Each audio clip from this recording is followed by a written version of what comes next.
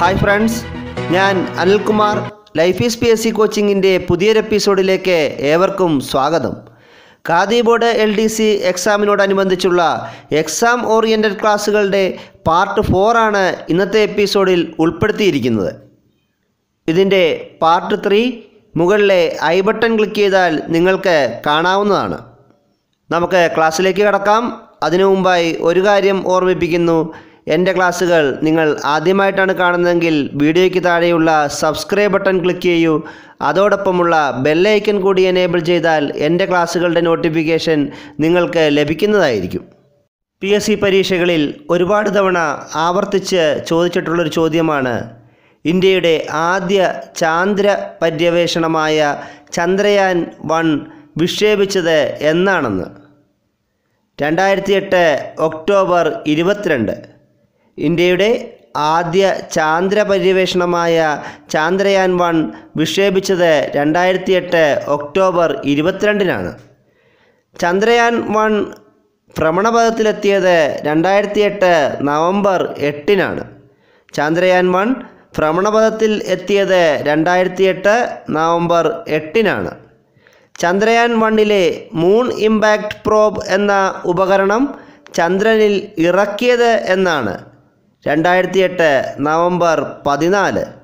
ചന്ദ്രയാൻ 1-ലെ moon impact probe എന്ന ഉപകരണം ചന്ദ്രനിൽ ഇറക്കിയത് 2008 നവംബർ 14-നാണ്. ചന്ദ്രയാൻ്റെ വിക്ഷേപണ വാഹനം PSLV-11 റോക്കറ്റ് ആയിരുന്നു. ചന്ദ്രയാൻ്റെ വിക്ഷേപണ വാഹനം PSLV-11 റോക്കറ്റ്. ചന്ദ്രയാൻ്റെ വിക്ഷേപണ കേന്ദ്രം ശ്രീഹരിക്കോട്ടയിലെ സതീഷ് ധവാൻ സ്പേസ് സെൻറ്റർ ആയിരുന്നു. ചന്ദ്രയാൻ്റെ വിക്ഷേപണ കേന്ദ്രം ശ്രീഹരിക്കോട്ടയിലെ സതീഷ് ധവാൻ സ്പേസ് സെൻറ്റർ. ചന്ദ്രയാൻ്റെ മൊത്തം ഭാരം 1380 കിലോഗ്രാം ആയിരുന്നു.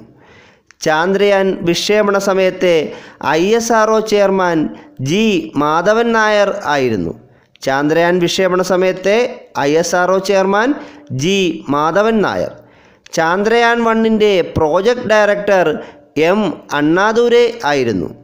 ചന്ദ്രയാൻ 1-ൻ്റെ പ്രോജക്റ്റ് ഡയറക്ടർ M അണ്ണാദുരൈ. ചന്ദ്രനിലേക്കുള്ള ഇന്ത്യയുടെ രണ്ടാമത്തെ വിക്ഷേപണം ചന്ദ്രയാൻ 2 ആണ്. ചന്ദ്രനിലേക്കുള്ള ഇന്ത്യയുടെ രണ്ടാമത്തെ വിക്ഷേപണമാണ് ചന്ദ്രയാൻ 2. ചന്ദ്രയാൻ 2-ന് ഇന്ത്യയുമായി സഹകരിക്കുന്ന രാജ്യം റഷ്യയാണ്. ചന്ദ്രയാൻ 2-ന് ഇന്ത്യയുമായി സഹകരിക്കുന്ന രാജ്യം റഷ്യ. PSCയുടെ മറ്റൊരു സ്ഥിരം ചോദ്യമാണ് മനുഷ്യ ശരീരത്തിലെ ഏറ്റവും വലിയ ഗ്രന്ഥി ഏതാണെന്ന്. കരളാണ് മനുഷ്യ ശരീരത്തിലെ ഏറ്റവും വലിയ ഗ്രന്ഥി. മനുഷ്യ ശരീരത്തിലെ രാസപരീക്ഷണശാല എന്നറിയപ്പെടുന്നത് കരളാണ്. മനുഷ്യ ശരീരത്തിലെ രാസപരീക്ഷണശാല കരളാണ്.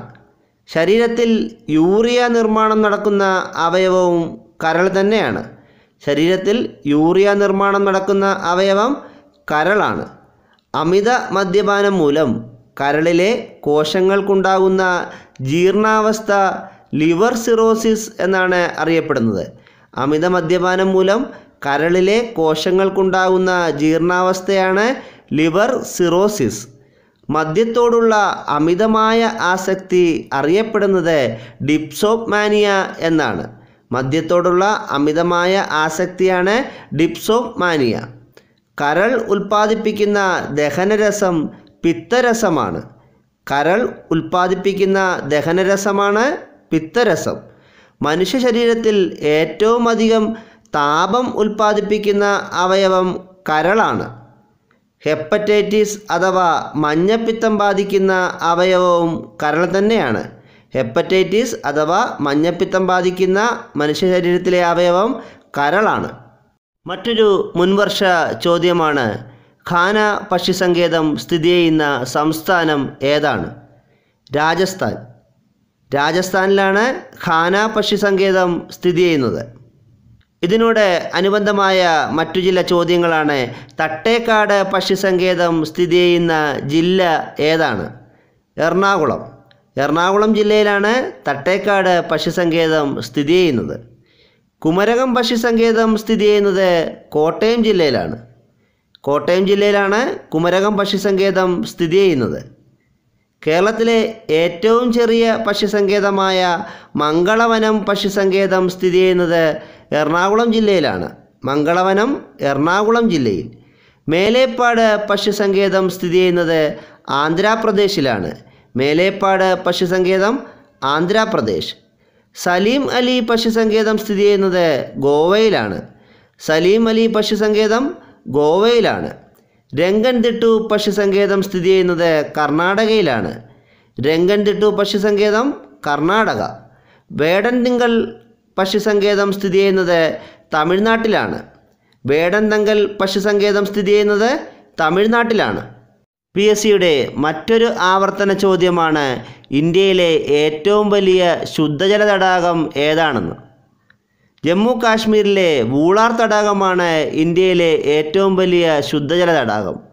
ഇന്ത്യയിലെ ഏറ്റവും വലിയ ശുദ്ധജല തടാകം ജമ്മു കാശ്മീരിലെ വൂളാർ.